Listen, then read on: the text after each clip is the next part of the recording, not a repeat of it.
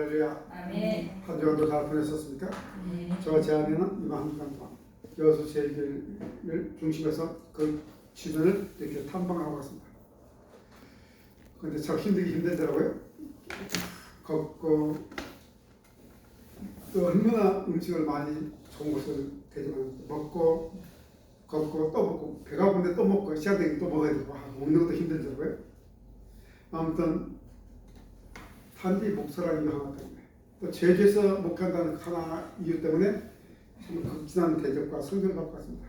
참으로 다시 한번 그분들께 감사드리며 그 성경 가운데 주의 은혜가 임하기를 축복합니다. 어떤 그분의 성경들은 몸의 배인 같아요. 그냥 자연스럽게 우러나서 성경을 볼 때 평상시에 그렇게 하지 않는다면 인위적으로 그렇게 할 수 없는 그런 모습들을 봤습니다. 우리 상황 가운데도 그런 모습 나타나기를 축복합니다. 오늘 때 미사상 우리 모두에게 우리 주님의 평강과 삶의 우리 상황 가운데 임하기를 축복합니다. 지금 우리는 노마서를 통해서 계속합니다. 오늘도 그러므로 말 앞에 내용이죠. 지난주에 설교에 이어서입니다. 지난주 설교 내용이 뭐였죠? 한번 잠깐 볼까요? 보고 합시다. 지난주 설교 내용은 여기서 시작. 예수님을 믿으면 우리와 함께 하시는 성령님. 예수님을 믿으면 성령 우리는 한 팀이죠. 그래서 우리는 그분이 어떤 일을 하셨죠?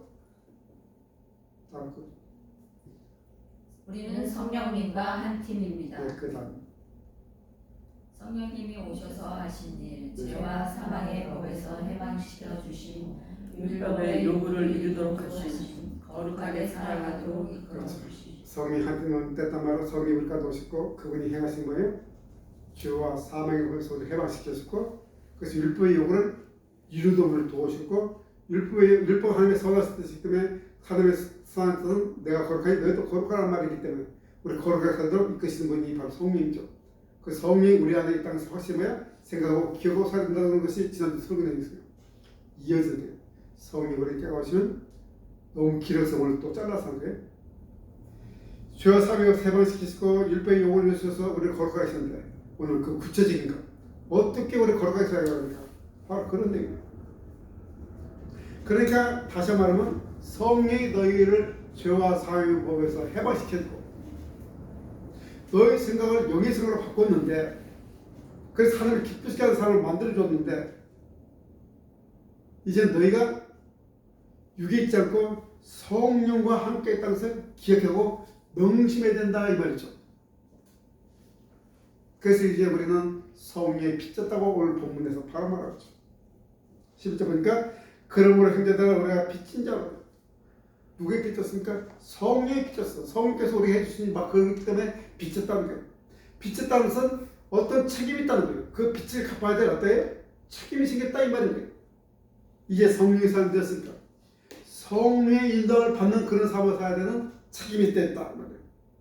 그래서 이제 우리 육신대로 살면 된다 안 된다? 안 된다 지금 이 말을 할 거예요.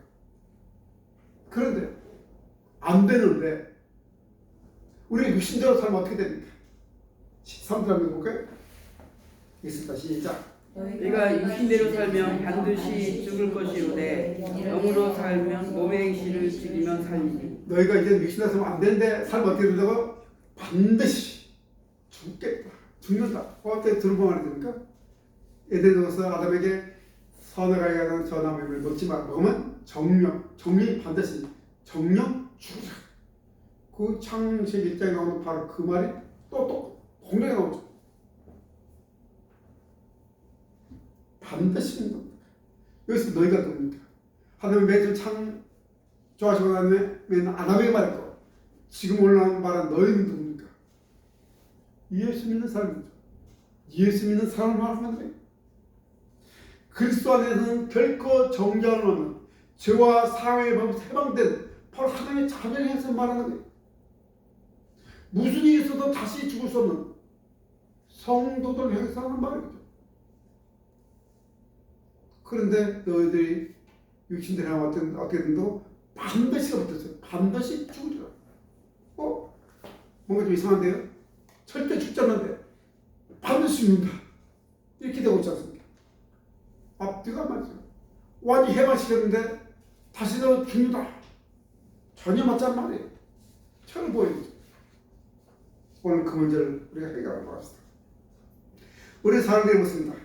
예수 믿습니까? 그러면 어떻습니까? 예수 믿는다고 말합니다.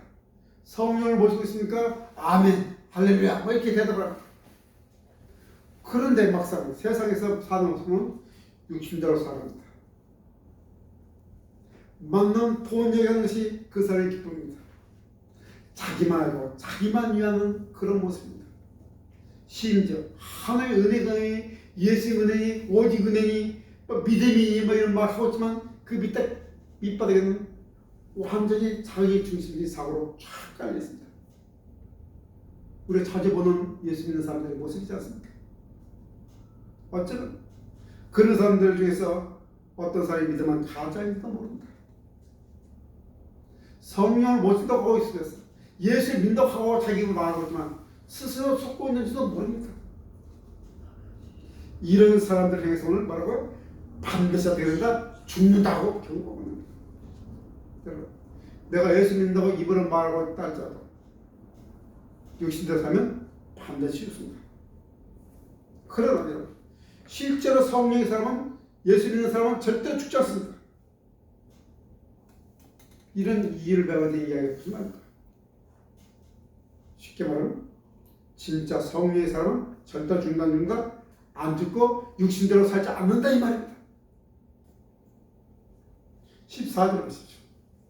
우리가 하나님의 영으로 인도받는 사람은 곧 하나님의 아들이라 이렇게 말하고 있습니다. 하나님의 아들, 하나님의 자녀는 누구의 인도를 받습니까? 하나님의 영, 그리스도의 영, 그리스도, 성령으로 인도받는 사람입니다. 이것이 인도 안 받는 것은 그냥 야 이런 인도 가지고 강제성이 포함된 인도라는 단어를 쓰고 있습니다. 강제성이 포함되어 있습니다. 성령 강하게 우리 인도하면서 우리가 가지 말아야 될 것은 가져도 강하게 우리에게 생각을 해서 넣어줍니다.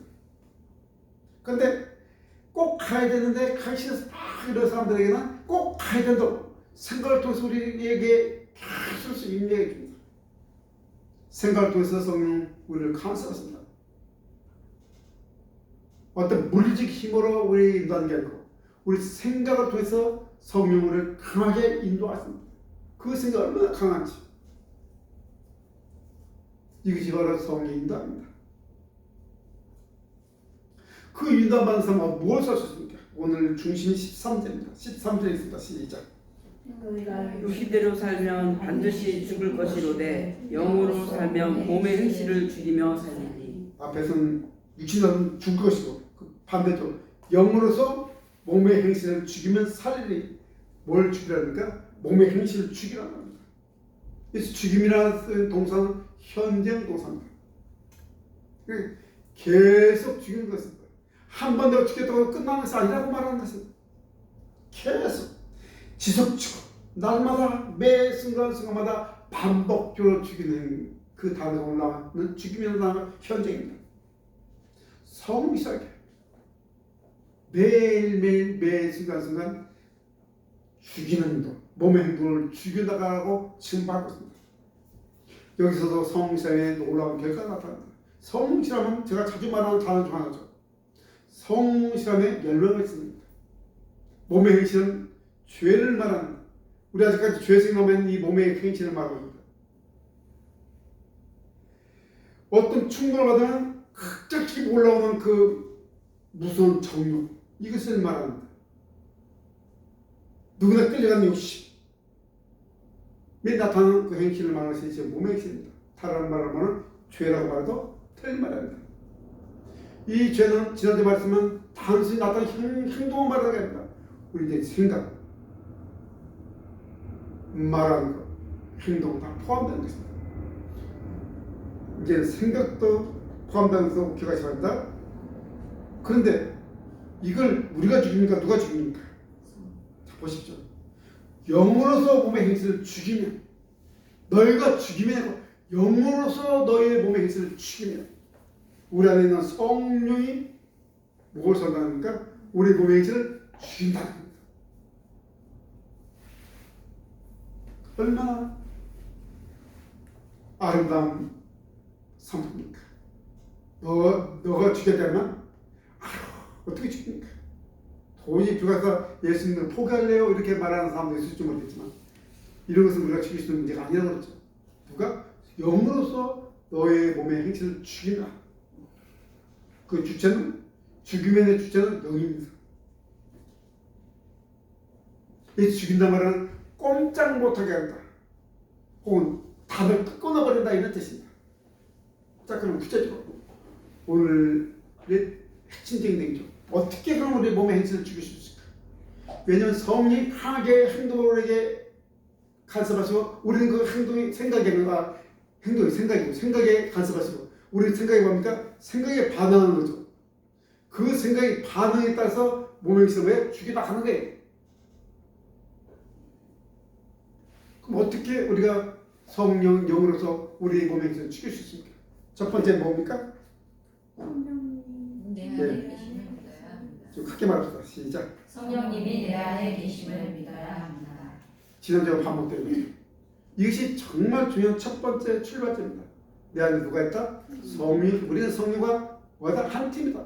너와 성령 한 팀이야. 환상적인 한 팀이야. 그분 내 생각을 통해서 역사하시면 나는 그 생각에 대해서 반응하는 거죠. 올바르게 반응하는 거죠. 그 하나의 완전한 원팀을 이루는 거예요. 이 사실을 꼭 기억해야 돼요. 이것이 바로 첫 번째. 내 안에 누가 있습니다? 성령이 있으나 그것을 확실하게 확고하게 의심 없이 믿는 것이 첫 번째 출발점입니다. 여러분, 성령 하나님이시죠. 그분 전능하시죠. 그분이 못 아까 수 있습니까? 그분에게는 불가능한 게 없습니다. 그런데 우리가 반드시 알아야 돼서 그분은 우리가 믿는 만큼 우리가 반응한 대로 그분이 행하신다는 거예요. 그분은 우리가 믿는 만큼 우리가 반응하는 대로 행하시는 거예요. 어떤 물리적인 강제로 행하지 않았어요. 우리 생각 속에서 우리 마음속으로 성령이 강하게 어떤 반응하시는 역사하시는 그 역사에 따라서 우리 반응이 나타나죠. 그 반응에 따라서 행하시는 것을 기억해야 돼요. 저도 가끔 이렇게 기도했다고 해서 사실은 솔직히 말하고 하나님 말 믿지 마시고 하나님 강제로 좀 어떻게 해주세요. 그냥 강제로 그냥 해주세요. 막 강제 어떻게 하든지 그냥 강제로 없어요. 난 거기서 다 순종할 테니까 다 받아들일 테니까 그냥 강제로 하세요. 그냥 나를 믿지 마시고. 저도 가끔 그렇게 기도했다고 했어요. 쉬운 과정 아닌가 알아요. 저도 어려워요. 근데 반드시 알 것은 성령 강제로 물력을 행사하지 않는다는 거예요. 우리 믿음대로 우리 반응에 따라서 그렇게 성령은 우리를 이긴 것 같습니다. 그래서 꼭 기억하시기 바랍니다. 그래서 우리가 성령을 믿지 않으면 성령이 내 안에 계심을 믿지 않으면 그분의 뜻이 선하다는 걸 믿지 않으면 성령 아무것도 행할 수가 없어요. 행하지 않으세요. 다시 한번 강조하는데 그분을 우리가 믿는 만큼 우리 반응한 대로 어떻게 하신다고? 우리를 이끄신다는 것을 우리를 도우신다는 것을 기억하시기 바랍니다. 근데 하나님 도와주세요. 도와주죠. 그 도와주세요 말할 때 그분의 그 응답, 그 음성이 들릴 거예요. 그 음성에 따라서 우리의 반응에 따라서 우리가 원하는 결과를 얻을 수 있고 우리가 원하는 결과를 얻지 못할 수도 있는데 막 이런 경험들을 했을 것같아요. 막 기도하는데 어떤 내적에서 어떤 막 반응이 막 내 마음속에 강한 어떤 것이 들어와요. 근데 거기도 어떻게 반응했냐에 따라서 달라진 것은 아마도 저도 그것을 경험했기 때문에 아마도 여러분도 다 그것을 경험했을 거예요. 그 반응은 무시하지 마시기 바랍니다. 또 예배 가운데 어떤 막 강하게 막 이렇게 밀려오는 바가 있을 거예요. 있을 때가 있을 거예요. 하나님 말씀을 들을 때든가 또 찬양을 부를 때든가 한 성령께서 어떤지 우리 모두 다 아시기 때문에 가장 적절할 때 우리에게 강하게 생각 속으로 마음속으로 이렇게 그렇게 역사해 주시죠. 그때 밤이 우리 밤인 거예요. 우리 인생을 왜? 좌우하는 거예요. 꼭 기억하시기 바랍니다. 우리의 몸에 계신 성령 죽이는 것이 우리가 죽이는 게 아니에요. 그래서 성령이 일할 수 있게 해드리는 거예요. 그 첫 번째가 뭐예요? 성령이 누가 어디에 있다? 내 안에 있다. 그분이 나를 도우신다. 그것을 반드시 꼭 믿는 여러분들이 바랍니다. 두 번째가 뭡니까? 자, 두 번째가 뭘까요? 시작. 우리 자신이 자신을 잊지 말아야 합니다. 우리 자신이 누군지를 잊지 말아야 되는 것은 자주 말하죠. 내가 누군지를 아는 것.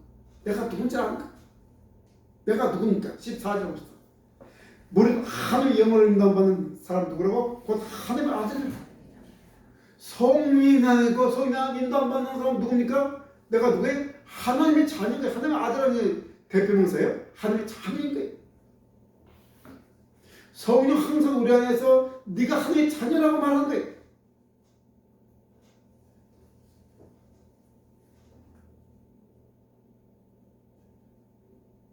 성령 항상 우리가 하나님의 자녀인 것을 말하는 거예요. 16절도 그랬죠. 성령이 친히 우리의 영광을 보러 우리가 뭐야? 하나님의 자녀인 것을 증언하시다니. 계속ပြော말하고 너는 하나님의 자녀야. 너는 하나님의 자녀야. 너는 예수 믿는 하나님의 자녀라고 계속 말하는 거예요.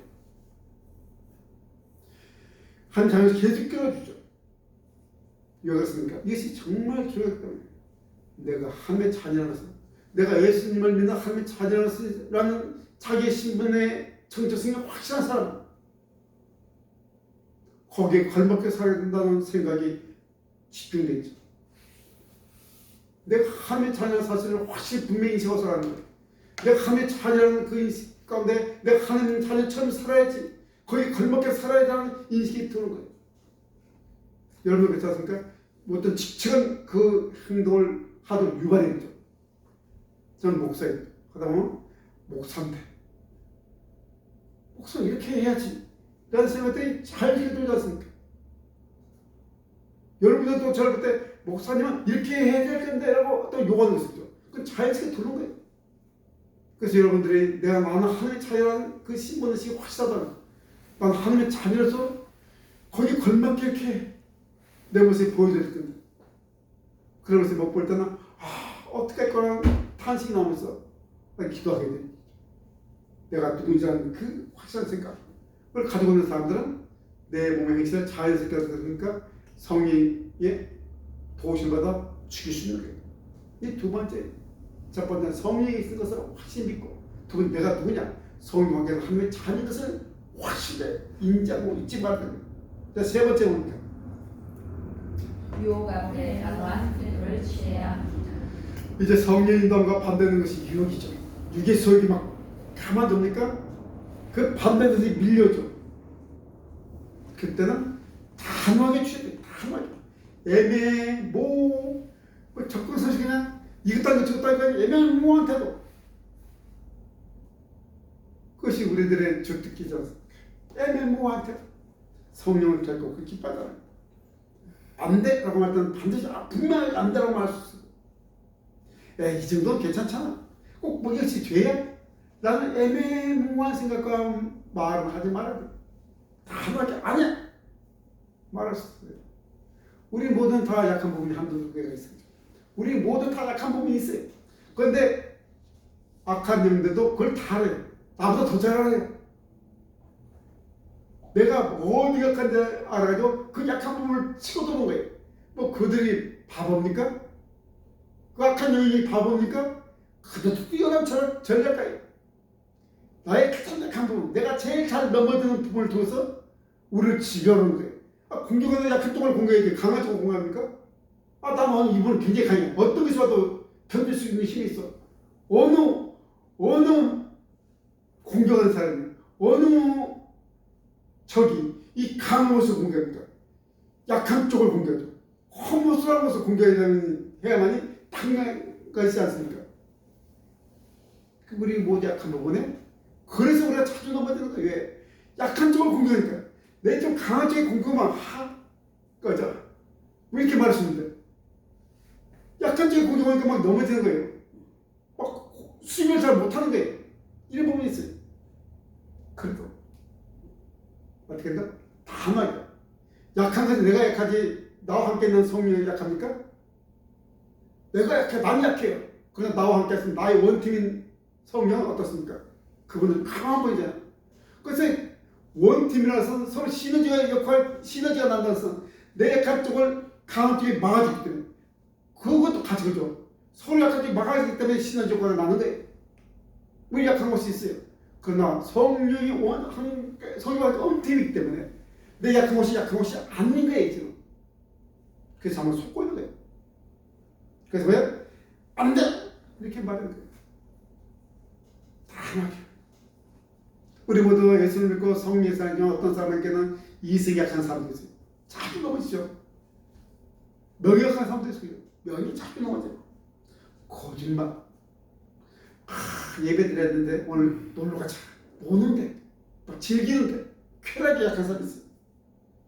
또 체면이 약한 사람이 있죠. 이 체면만 앞에서 뭐 이 체면하게 돼 꼼짝 못하는 사람이 있어요. 사람과 관계 속에 약한 사람, 사람과 관계, 이 관계를 때문에 붙잡서 막 끌려가는 사람이야. 꼼짝 못하는 사람이 있어요. 그리고 나도 그렇지만 대부분 사람들은 뭐에 약합니까? 돈에 약하죠. 그런데 내가 돌이켜보니까, 여러분은 모르겠지만 내가 돌이켜보니까 은근히 그것에 질릴 때가 있더라고요. 은근히 유혹이 온 것을 기다렸다지. 이해는 된다는가? 안 된다는 거예요. 요셉처럼 이렇게 말해야 돼요. 창세해볼까요? 시작. 이 이제는 집에는 나보다 큰 이가 없으며 주인이 내게 금하지 아니하였어도 금한 것은 당신뿐이오니 당신은 그의 아내임이라. 그런즉 내가 어찌 큰 악을 행하여 하나님께 죄를 지으리까. 아멘. 그 뒤에는 여인이 날마다 요셉의 청에서나 요셉의 듣지 아니하고 동침하지 아니할 뿐더러 함께 있지도 아니하라 그랬어요. 요셉이 때가 청년기 은근히 즐길 수도 있어요. 모른 척. 그런데 단호하게 안 돼! 라는 단호하게 탁 끊는 거죠. 욥도 약점이 있었나 봐요. 욥도 이렇게 말하고 있어요. 욥기 한번 볼까요? 내가 내 누가 약속하였나니 어찌 처녀에게 주목하라. 어찌 처녀에게 주목하라. 아마 이성이 약했는지 모르겠죠. 그래서 이런 원칙을 적는 거예요. 단호한 행동을 통해서 원칙을 딱 적는 거죠. 그리고 약한 쪽에 그 처녀가 상대한 거죠. 쳐다보는 것까지 조심할 거예요. 눈 맞추고 눈이 마주치면 내가 눈을 치지 모르니까 눈을 안 맞추겠다는 걸 찢어보겠어요. 조심할 거예요. 잠언에도 거의 비슷한 말이 있어요. 한번 볼까요? 시작. 내 눈은 바로 보며 내 눈꺼풀은 내 앞을 곱게 살펴. 이걸 보고 앞에 있는 거하고 얘기하는 거예요. 앞에 있는 사실에 앞에 있는 것에만 시선 주겠다는 거예요. 유혹과 욕망에 끌려가지 않겠다는 거예요. 이렇게 안목의 정교에 따라 쳐왔을 때, 특히 이성의 유혹이 왔을 때 눈 하나 돌리는 까지 내 시선 하나까지 분명하겠다는 결단이 우리에게 있어야 된다는 사실. 성령은 우리에게 이런 결단을 뭐합니까? 요구하십니다. 다시 한번 말해드리면 성령 요구하는 데 있어서 우리가 어떻게 반응에 따라서 어떻게 되고 그때 성령인가 믿는 거예요. 성령 우리를 대해서 담하게 성령이 실제로 액션을 행동을 취하지 않는다는 거예요. 성령은 단지 우리 약한 걸 도와줄 뿐이에요. 그래서 그분이 보혜사 성령이 도와주신 분이에요. 우리 행동하도록 도와주고 격려하고 힘을 주는 분이지. 너는 가만히 있어. 내가 다 해줄게. 내가 네 약한 부분 다 알아. 내가 그거 다 와가지고 걱정하지 마. 이런 분이 아닌 거예요. 우리가 성령 음성에 순종하자면 그 반응에 믿음으로 합당하게 반응하자면 성령도 한 팀이 돼도 어쩔 수 없는 거예요. 이런 경우는 성령이 말할 수 없는 탄식으로 하면 근심할 거죠. 그러면 안 되는데 너 그러면 안 돼 하고 기다려. 여러분, 그래서 우리가 유혹을 올 때는 우리 스스로 어떻게 된다? 단호하게 물쳐 단호해야 돼. 누가 대신해 주기를 기다리면 안 돼. 이런 말이 있어요. 자기 정을 깨끗하게 유지하고 싶으면 정원의 잡초를 허락해서는 안 된다. 잡초를 자라게서는 안 된다. 이런 말이 있어요. 맞는 말이죠. 우리 정원에 우리 마당이 깨끗하게 잡초가 자라도 놔두면 잡초는 금방 다 그냥 그 정을 망쳐버리지 않습니까? 그 잡초가 다 두면 안 돼요. 잡초가 보이는 시 다 뽑아야 돼요. 어릴 때부터 뽑아야 돼요. 안 뽑으면 그 정원 잡초로 뒤집어버려요. 하늘의 전능물들 내 마음을 깨끗하게 갖고 난다는 거예요. 마음속에 잡초가 올 때마다 바로 즉각적으로 답을 뽑아버려야 돼요. 이것이 바로 몸에 있어 죽이는 거예요. 이것이 계속 뽑아내는 것이 지도 죽이는 현재이자 죽이고 오늘 또 죽이고 내일 또 나오면 내일 또 죽이고 아까 만나 또 죽이고 이것이 바로 몸에 있을 죽이는 거예요. 영으로서 몸에 있을 죽이면 뭐야? 살인이 돼. 우리 모든 연약한 것을 다 알고 있죠. 나도 알고 여러분도 알고 성령은 더 잘 알고 있어요. 우리가 연약하기 때문에 성령께서는 우리를 도와주십니다. 그래서 성령 기도하시기 바랍니다. 그래서 우리는 기도해야 돼요. 26절은 다음 주에 보겠지만 26절 읽어볼까요? 있습니다. 시작. 28장 26절입니다. 26절이 그런 내용입니다. 같이 읽습니다. 시작. 이와 같이 성령도 우리의 연약함을 도우시나니 이는 마땅히 기도할 바를 알지 못하나 오직 성령이 말할 수 없는 탄식으로 우리를 위하여 친히 간구하시느니라. 다시금 막 후회하게 만들고 내가 왜 그랬지 막 다시 돌아보게 만들고 하면서 다시 같은 상황에 갔을 때는 단호하게 할 수 있도록 도와주고 우리 마음속에 자꾸 있어 깨닫게 해서 자꾸 무슨 되새김이라나요? 뭐 그렇게 해서 우리 자꾸 생각나게 해서 또 다시 같은 것을 또 다시 반복해서 하지 않도록 이번에 실패했지만 계속 생각날 수 있도록 하면서 우리를 안에 잡초를 뽑아주시는 거예요.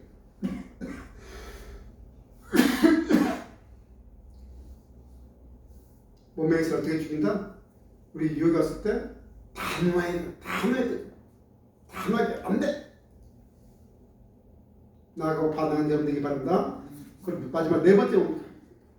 이 적극적인 지금까지 반응하기 때문에 이건 적극적인 공격용 무기죠. 우리에게도 공격용 무기가 있습니다. 적이 오는데 수입할 수 없잖아요. 네 번째입니다. 시작. 말씀을 가지고 무장해야 합니다. 이것은 공격 무기. 시편에서 뭐라고 됐습니까? 시작. 청년이 무엇으로 그의 행실을 깨끗하게 하리까 주의 말씀만 지킬 따름이니이다. 그 마음에는 그 뒤에는 내가 주께 범죄치 아니하려 주의 말씀을 내 마음에 두었나이다고 되어 있습니다. 내가 범죄치 않게 하여 주의 말씀 어디에 두었다고? 내 마음에 두었나이다. 말씀이 그 유혹을 이기는 공격용 무기. 즉 직접적으로 에베소서 이렇게 말하고 있죠. 에베소서입니다. 성령의 검 곧 하나님의 말씀을 가지라. 성령이 있었는데 성령에게 뭐가 주어지는가? 안에 말씀이 있으면 성령의 검이고 말씀이 성령의 검인 거예요. 성령이 싸우는데 무게 뭐예요? 하나님 말씀대로 말씀이 검인 거예요.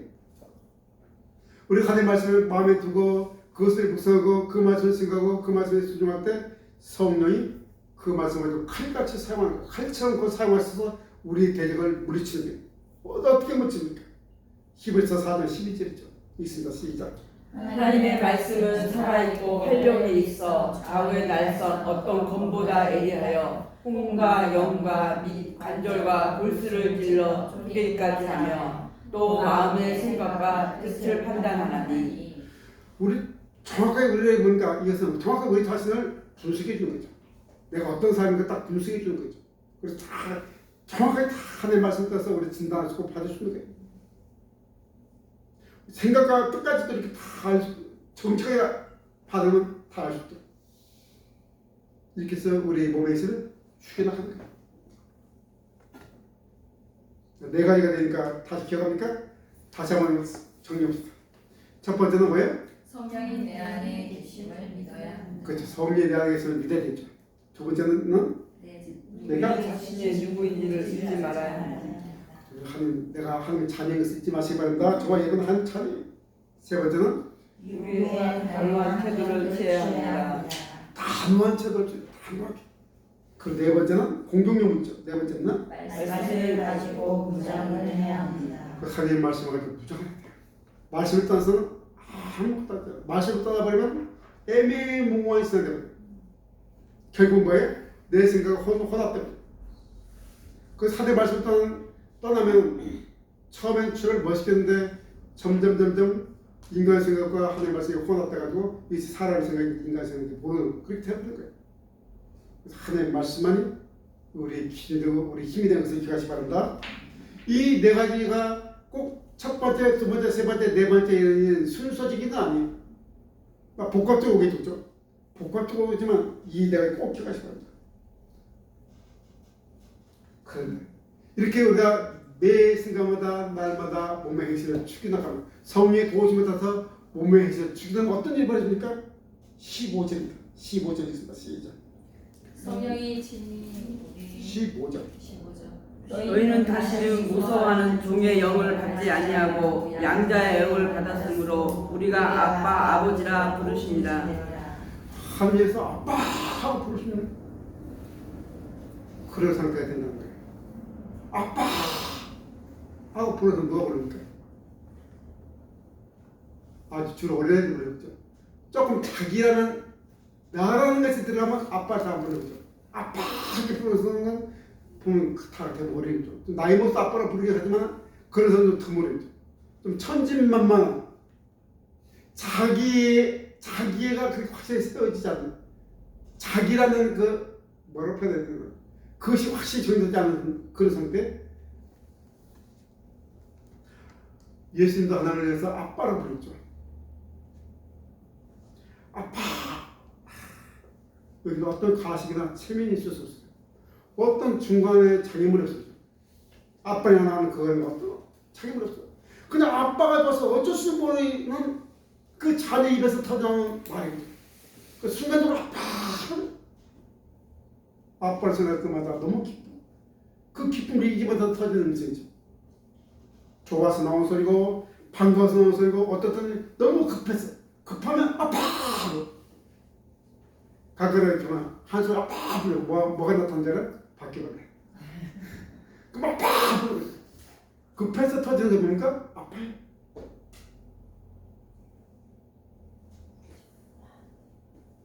아빠 부르는 것은 그 기도만 말하는 게 아니에요. 하나님을 찬송하시고 정말 행복해서 부르는 이름이고 하나님을 즐거워서 부르는 이름이에요. 하늘에서 아무 그럴 것 없이 아빠 부르시는 그 사람. 그 사람 마음은 어떻겠습니까? 늘 평안하고 기쁨이 넘치는 사람일 거예요. 그렇겠습니까? 아빠라고 부르는 아이를 보십시오. 그 아이의 아빠는 세상에 쫙 커요. 세상에 아빠보다 큰 사람이 없어요. 아빠가 가장 크고 가장 자랑스러운 사람이 누굽니까? 아빠입니다. 그 아빠는 자기에서 무엇이든지 무엇든지 할 수 있는 전능한 아빠예요. 그렇지 않습니까? 그 아이는. 그리고 아빠는 나를 사랑해, 나만 사랑해, 내가 나를 얼마나 사랑하는지 몰라. 그 사랑에 대한 자신감이 충만했죠. 나이 먹어서 아빠도 나와 똑같은 사람을 살아가기 시작하면 실망하지만 그 전까지는 아빠는 모든 걸 다 할 수 있는 전능한 아빠예요. 그리고 아빠는 나를 너무너무 사랑해. 어떻게 나를 사랑하는 그 사랑에 대한 자신감. 아빠가 나 사랑해. 그 자신감. 아빠에 대해서 어떤 어색함이나 두려움이 큰 상태죠. 성령의 힘을 위해서 우리 몸의 힘을 죽이고만 이 하나님과 이런 아름다운 관계가 다른 거예요. 이런 아름다운 거. 하나님과 거리낌이 없는 관계. 어린아이가 아빠에게서 달려가는 그 마음에서 오는 그 관계.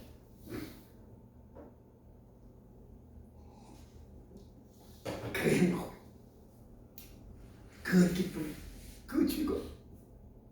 우리 함께 맡겨보지 않겠습니까? 하나님 아빠.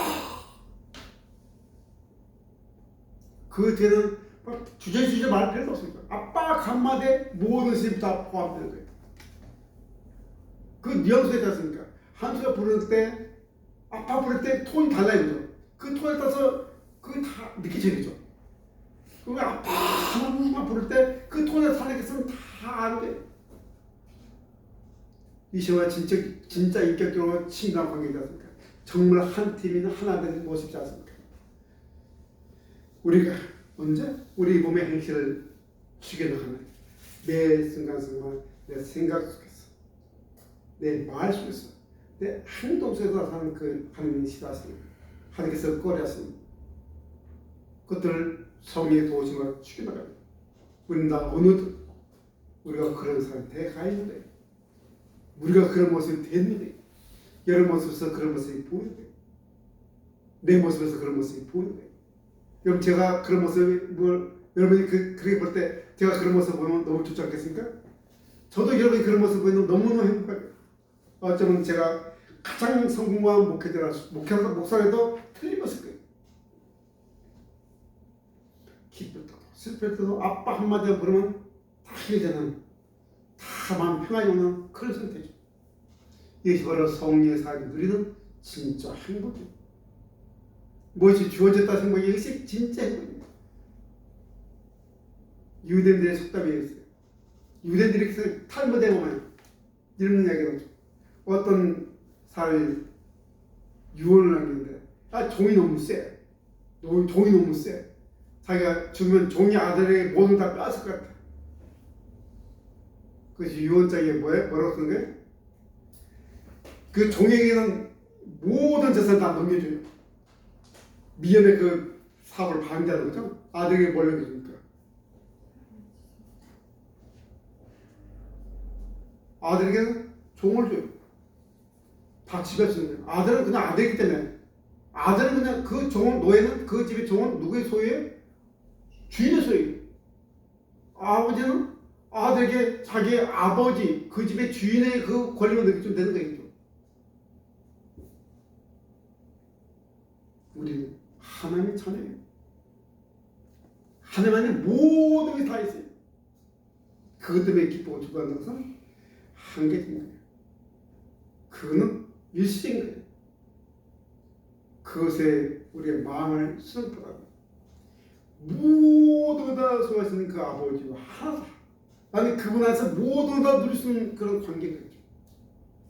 우리는 그 속에서 함께 나갔을 때 정말 말과 생각과 행동이 모두가 누구를 기쁘시게 하는 하나님을 기쁘시게 하죠. 우리 자신도 놀랍게 행복한 그런 존재가 될 수 있습니다. 그래서 우리는 언제나 평안과 샬롬과 기쁨을 얻습니다. 나도 자연스럽게 나보다 역한 사람을 돕고 섬기면서 함께 기뻐할 수 있죠. 서로 인정하고 이해하고 존중하고 사랑할 수 있게 됩니다. 나와 다르지만 나와 다른 것이 분명하지만 나와 다를 수밖에 없지만 그 다름을 인정하고 이해하고 존중하고 사랑하는 그런 아름다운 공동체를 만들어갈 수 있는 거예요. 함께 그 길을 걸어가기 바랍니다. 그래서 우리는 항상 감사할 이유가 있겠는데 성령님과 함께 우리 성령과 한 팀이기 때문에 다시 한번 우리 성령과 어떻다고요? 누구라고요? 존재가 우리 성령과 한 팀.